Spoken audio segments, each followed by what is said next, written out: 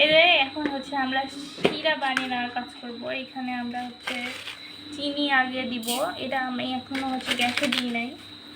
চিনি এখানে আমরা একটু বেশি দিব, যাই হোক শিরা বানানোর কাজে চিনি একটু যদিও বেশি লাগবে। আমরা একদম হাত খুলে চিনি ব্যবহার করছি, যদিও গরিব মানুষ আমরা, সমস্যা নেই। এরপরে আমরা এখানে পানি দিয়ে দিলাম। পানি আমরা খুব একটা বেশি দিব না, এই যে 1 কাপ পানি দিয়েছি। আর এখানে কিন্তু আমি একদম 1.5 কাপের মতো চিনি দিয়েছি।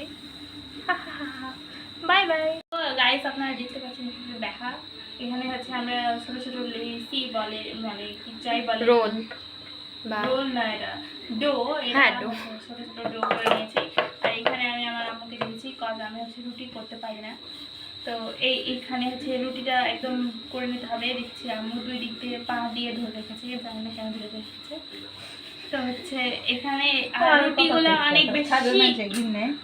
অনেক বেশি হচ্ছে পাতলা করে এটা বানাতে হবে। একটু করে থাকো, ভিডিও হচ্ছে। যাই হোক, আচ্ছা বাই বাই। আমরা হয়ে গেলে আপনাদের আবার দেখাবো।